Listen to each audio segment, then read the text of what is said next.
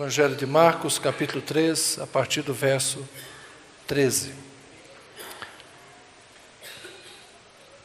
Jesus subiu ao monte e chamou a si aqueles que ele quis, os quais vieram para junto dele.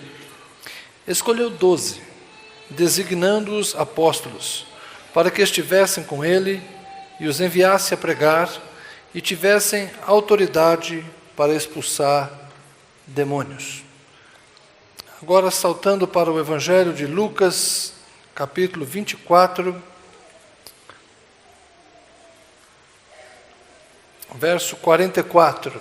Lucas 24, 44 é o episódio no domingo de Páscoa, no domingo da ressurreição, em que Jesus aparece aos discípulos, depois de ter aparecido às mulheres logo pela manhã, e aparecido a 2 discípulos no caminho de Emaús, no período da tarde até o anoitecer.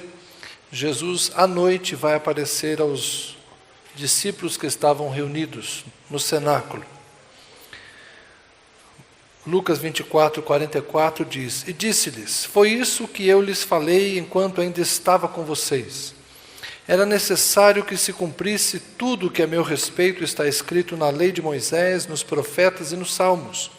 Então lhes abriu o entendimento para que pudessem compreender as Escrituras. E lhes disse: Está escrito que o Cristo haveria de sofrer e ressuscitar dos mortos no terceiro dia, e que em seu nome seria pregado o arrependimento para perdão de pecados a todas as nações, começando por Jerusalém. Vocês são testemunhas destas coisas. Eu lhes envio a promessa de meu Pai, mas fiquem na cidade até serem revestidos do poder do alto. Amém.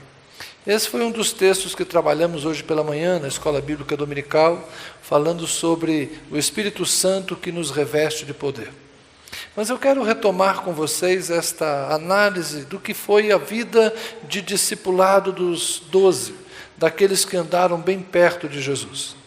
Marcos, de forma muito sintética, diz que ao escolhê-los, Jesus os designou como apóstolos. A palavra apóstolo tem a ver com envio.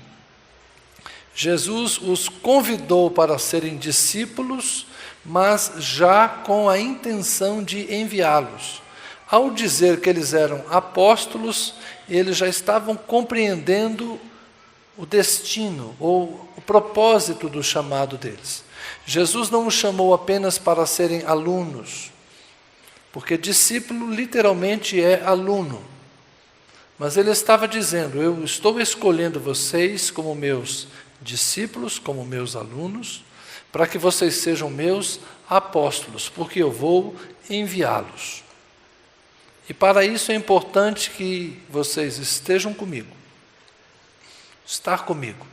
É isso que Marcos disse. Ele escolheu 12 para estar com ele e para os enviar a pregar o Evangelho e expulsar demônios, exercer autoridade para expulsar demônios. Então Jesus tinha uma visão e uma missão. Jesus tinha um projeto. Nós precisamos enfrentar as obras do diabo. Jesus disse certa vez de si mesmo: eu vim para destruir as obras do diabo, para desfazer as obras do diabo. Então Jesus tinha uma missão, mas a outra missão de Jesus também era pregar o Evangelho, vinha anunciar as boas novas de salvação, o tempo da graça de Deus. E ao escolher discípulos, ele queria que eles entendessem a visão e a missão dele, para que eles dessem continuidade. Quando eu era um jovem entusiasmado com esse negócio de ser crente, de ser evangélico, de ser pastor, eu sou pastor desde os 21 anos de idade. Então eu sempre quis pregar o Evangelho. Nós vivíamos aquela expectativa da urgência, da vinda próxima de Jesus.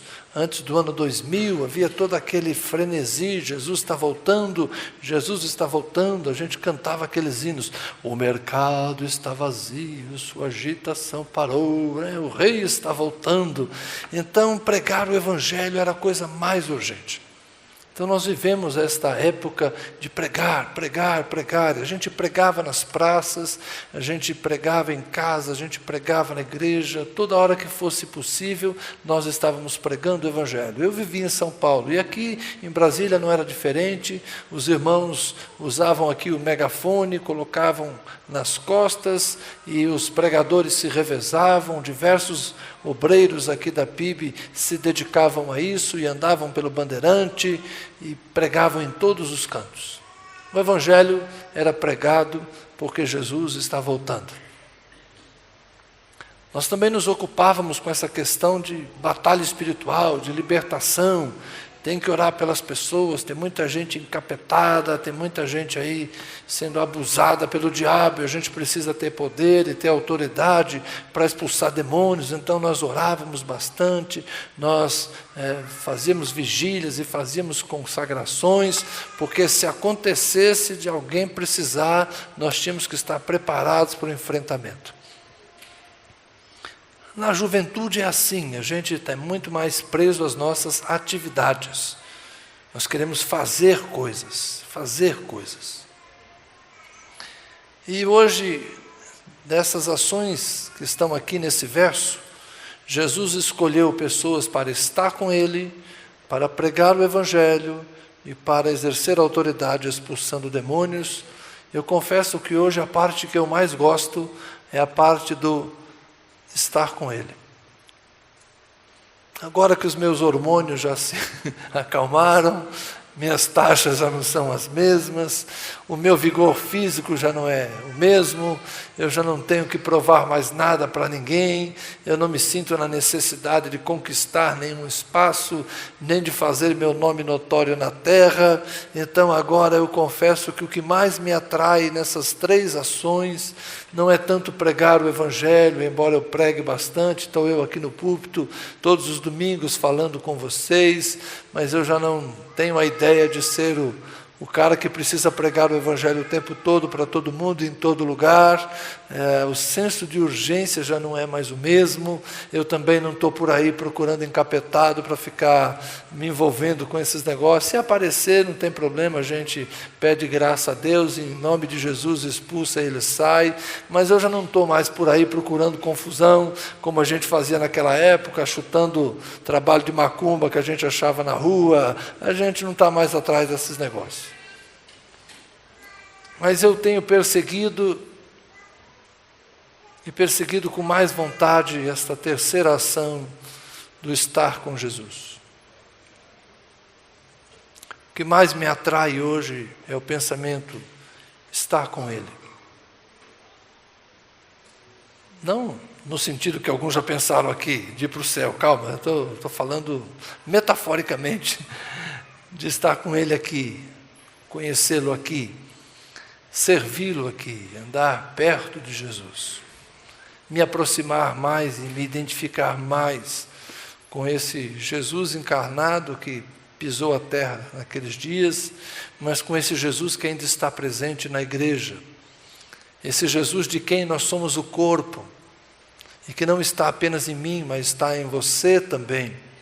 E quando eu penso em estar com Jesus, eu preciso estar com você, porque há uma parte de Jesus que habita em você, e eu diria que a nossa comunhão, a nossa congregação, ela estabelece uma maior presença de Jesus Cristo, porque somos o corpo de Cristo, e quando estamos reunidos, Cristo está entre nós. E estar com vocês é uma maneira de estar mais perto de Jesus. E como hoje eu acho importante andar com pessoas que conhecem Jesus, andar com pessoas que refletem Jesus, andar com pessoas que falam aquilo que Jesus falaria, que pensam como Jesus pensa, que sentem como Jesus sente e me inspiram a agir da maneira como Jesus também agiria. Estar com Jesus. Estar com Jesus é o grande desafio dos nossos dias.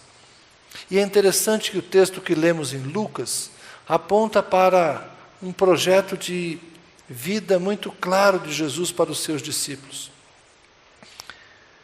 Ao final do seu ministério terreno, depois da sua morte, da sua ressurreição, ele encontra os 12 no cenáculo, no mesmo lugar onde ele havia celebrado a ceia, e ele fala com eles: vocês foram testemunhas de todas as coisas. Vocês estiveram comigo. Vocês viram o que eu fiz. Vocês viram o que eu preguei. Vocês viram o que eu ensinei. Vocês me viram morrer. E agora vocês estão me vendo aqui ressurreto. Vocês são testemunhas de que tudo que as Escrituras diziam, fosse por Moisés, fosse pelos profetas, fosse na poesia dos salmos, tudo que estava previsto acerca da minha pessoa, disse Jesus, se cumpriu. Vocês são testemunhas disso.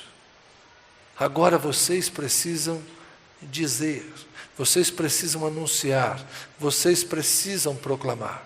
Mas fiquem aqui até que vocês sejam revestidos de poder. Vocês vão ser revestidos de poder do alto. Então, aí vamos para Atos 1:8. Vocês me serão testemunhas fiéis, idôneas, em Jerusalém, Judeia, Samaria e confins da terra. Vocês vão pelo mundo afora, anunciando aquilo que vocês viram, aquilo que vocês ouviram. E como é bonito o prólogo da primeira carta de João, quando ele diz: aquilo que vimos, aquilo que ouvimos do verbo da vida, aquilo que as nossas mãos apalparam, isto mesmo vos anunciamos. Ou quando Pedro escreve a sua carta dizendo: nós estávamos lá no monte, quando a voz disse do alto: esse é meu filho amado, a ele ouvi. Nós vimos. Pedro está se referindo ao monte da transfiguração. Eles foram testemunhas de coisas maravilhosas, das curas, dos milagres, da multiplicação de pães, Jesus andando sobre as águas, Jesus acalmando a tempestade. Mas eles também foram testemunhas da prisão de Jesus no jardim, ele sendo levado como ovelha muda para o matadouro. Eles foram testemunhas também da morte impiedosa que Jesus foi submetido e o cumprimento, por exemplo, das profecias do Salmo 22 ou do capítulo 53 do livro do profeta Isaías. Mas eles também foram testemunhas daquilo que estava previsto no Salmo 16, não permitirás que o teu santo conheça a corrupção. E eles viram Jesus ressurreto. Eles andaram com Jesus. Isso fez daqueles homens pessoas singulares, pessoas diferentes. Aqueles homens que andaram com Jesus transformaram o mundo dos seus dias. Eles impactaram o mundo com uma palavra de poder. Eles tinham algo a dizer, eles tinham uma mensagem, mas eles também estavam revestidos de autoridade. Por que tinham autoridade? Porque foram testemunhas, porque foram obedientes, porque receberam o Espírito Santo. E hoje, eu e você, nós igualmente devemos ser testemunhas. E como podemos ser testemunhas? Andando com Jesus. Vivendo. O Evangelho não é apenas conversa. O Evangelho, meus irmãos, não é apenas teoria. O Evangelho não é apenas um conjunto de pregações, um conjunto de crenças. O cristianismo é uma religião, mas o Evangelho é mais do que isso. O cristianismo é um sistema religioso que tem liturgia, que tem clero, que tem crenças, que tem valores, que tem princípios. E muitas vezes nós estamos muito envolvidos com a defesa do cristianismo como um sistema religioso que para o bem influencia a nossa sociedade ocidental. Mas nascer num país cristão não nos faz automaticamente em testemunhas do poder da ressurreição de Jesus Cristo. Ter uma cultura cristã, termos uma formação doutrinária, uma catequese bíblica, não é a mesma coisa de andar com Ele. Nos dias de Jesus, muita gente conhecia as Escrituras. E ele dizia para esses mestres da lei e doutores: examinem as Escrituras, porque elas testificam de mim. Mas ele também disse para eles: vocês não me reconhecem, vocês não creem em mim, porque vocês ignoram tanto as Escrituras como o poder de Deus. Nós vivemos dias em que os verdadeiros discípulos precisam conhecer Jesus. Conhecer Jesus. andar com Jesus, para nos tornarmos mais parecidos com Ele. E esse é um processo que demanda tempo. Pregar não é tão difícil. Expulsar demônios no nome de Jesus e na autoridade concedida pelo Espírito de Deus também não é tão difícil como o desafio cotidiano de andar com Jesus e tornar-se parecido com Ele, cada dia um pouquinho mais. Como disse o apóstolo Paulo, sendo transformados de fé em fé, de glória em glória. Essa constância, essa perseverança, essa permanência, essa estabilidade da relação com Jesus, como isso é precioso.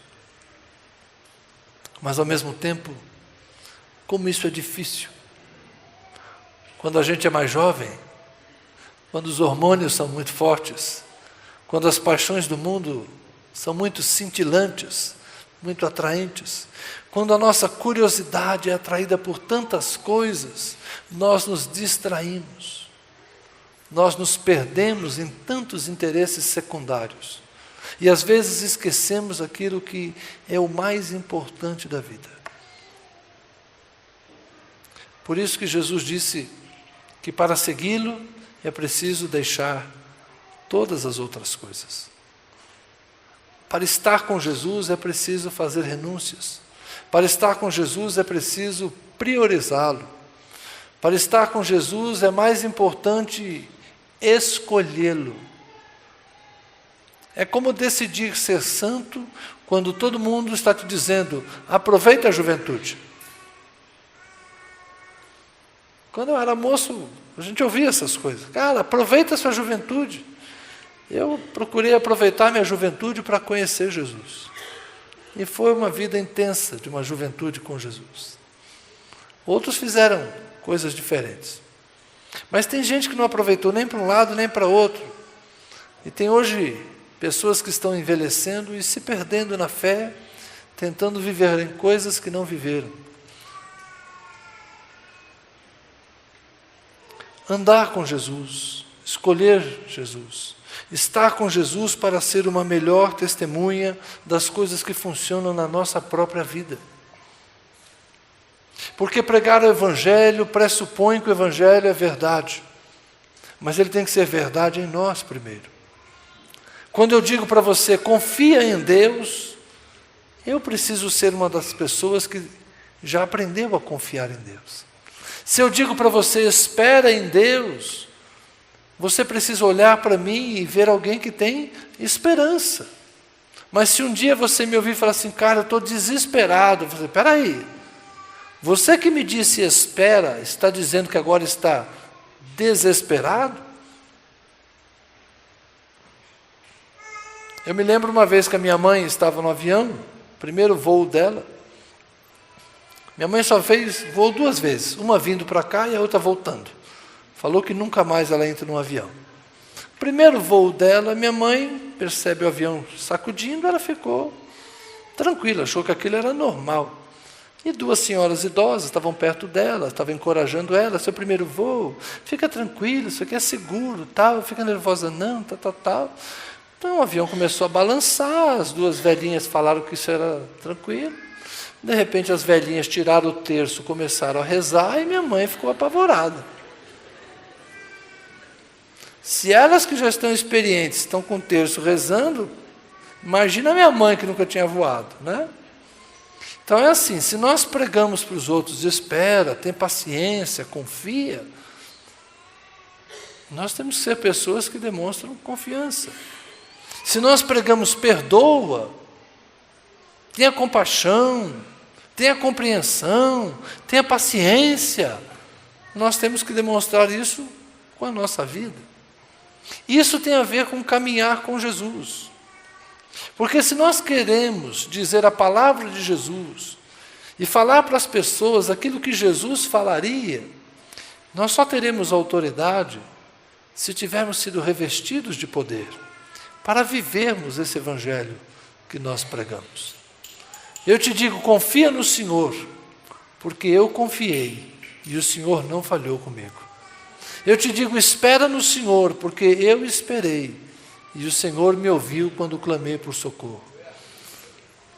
Eu te digo, não tema, porque o Senhor é nosso pastor e nós não teremos falta de nada, porque o Senhor sempre entrou com a provisão no tempo certo.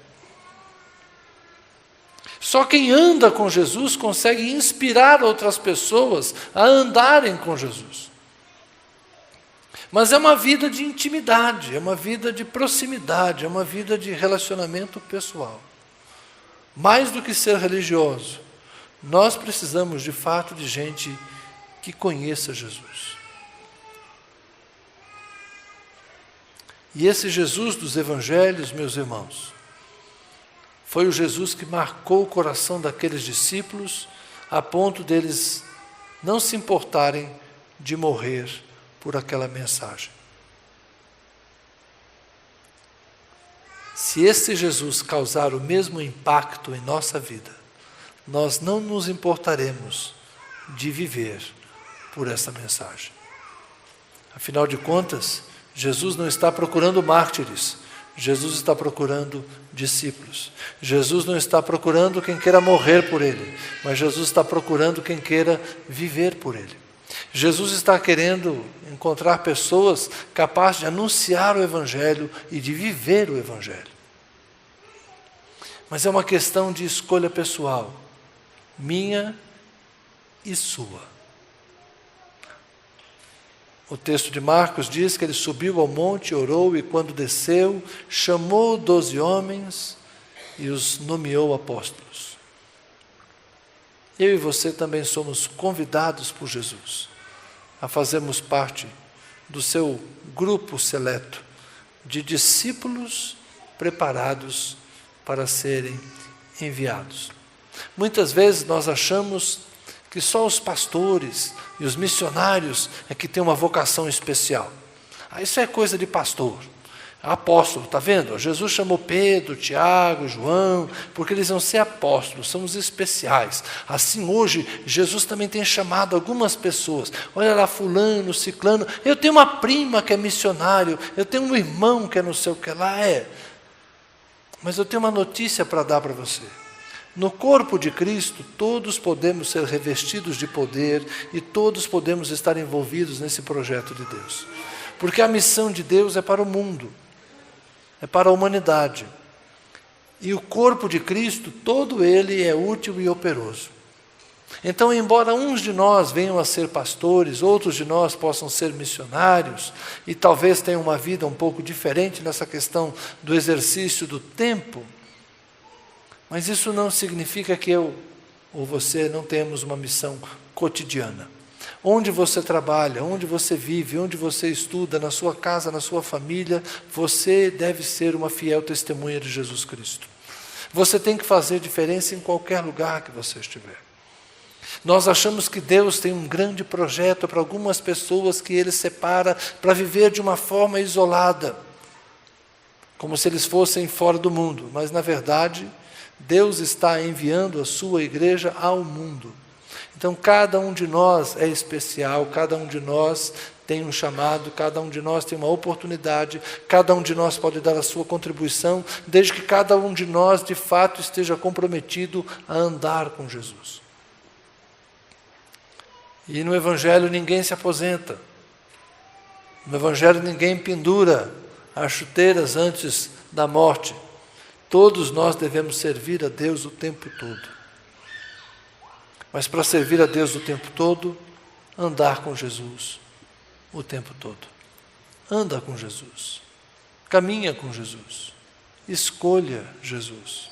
Se aproxime de Jesus. Pregar o Evangelho é importante, expulsar demônios é importante, mas andar com Jesus é fundamental. Só quem anda com Ele pode ser uma boa testemunha do que Ele é poderoso para fazer. Amém? Eu quero convidar você a se aproximar de Jesus, se entregar a Jesus, se render a Jesus, dedicar-se a Jesus, para de fato testemunhar de Jesus. Nós somos uma igreja que já existe há 60 anos. mas nós precisamos testemunhar mais e melhor, porque muita gente ainda não conhece Jesus de verdade. Amém? Vamos ficar de pé, vamos orar. O pessoal da música pode vir, por favor.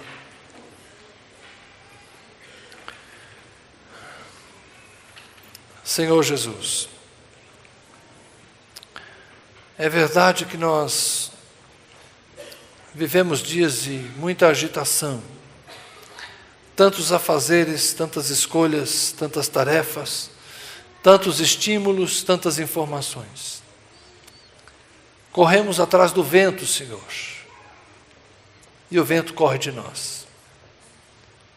Buscamos tantas coisas e não nos sentimos felizes na maior parte do tempo. Talvez porque estejamos buscando aquilo que não alimenta, buscando felicidade e paz naquilo que não pode dar. Senhor Jesus, confessamos a nossa ignorância, a nossa insensibilidade. Confessamos que não percebemos o valor da joia preciosa que nos é oferecida, o bem maior que está diante de nós. Ah, Senhor, quantas vezes te deixamos de lado e nos ocupamos com coisas menores. Quantas vezes deixamos de orar, deixamos de falar contigo, deixamos de pensar em Ti, para nos entretermos, dispersarmos o nosso tempo e a nossa atenção com coisas que não nos alimentam a alma. Ah, Senhor, trocamos tantas mensagens, vemos tantos vídeos, recebemos tantos estímulos, sabemos de tantos assuntos, conversamos de tantas coisas, mas gastamos tão pouco tempo para falar contigo, para pensar no Senhor, para olharmos para nós mesmos e ver o quanto estamos ou não parecidos contigo. Raramente, Senhor, nos confrontamos com o espelho das Escrituras para ver se o caráter de Cristo está sendo moldado em nós. Raramente dobramos os joelhos para nos humilharmos diante daquele que chamamos de Senhor. Estamos sempre agitados e correndo, esperando que o Senhor corra atrás de nós para nos falar alguma coisa, se for do teu interesse. Mas hoje queremos parar, Senhor, aquietar o coração, parar de falar, para ouvirmos, parar de correr, para ouvirmos, para abraçarmos o Senhor. E talvez como Maria, naquela manhã no jardim, agarrarmos o Senhor pelos pés e pedir que o Senhor apenas nos chame pelo nome. Eu sei que o Senhor sabe o meu nome, mas eu gostaria que cada um dos irmãos aqui, cada pessoa que está aqui essa noite, soubesse que o Senhor o conhece pelo nome e que o Senhor nos chamaria pelo nome se cada um de nós de fato parasse de correr e nos puséssemos no jardim da ressurreição para olharmos o Senhor e estarmos com o Senhor. Ah, Deus, que a nossa vida vazia e agitada possa ser preenchida, tomada, inundada pela presença de Cristo, até que o nosso cálice transborde e a glória de Cristo se veja em nós. Amém e amém.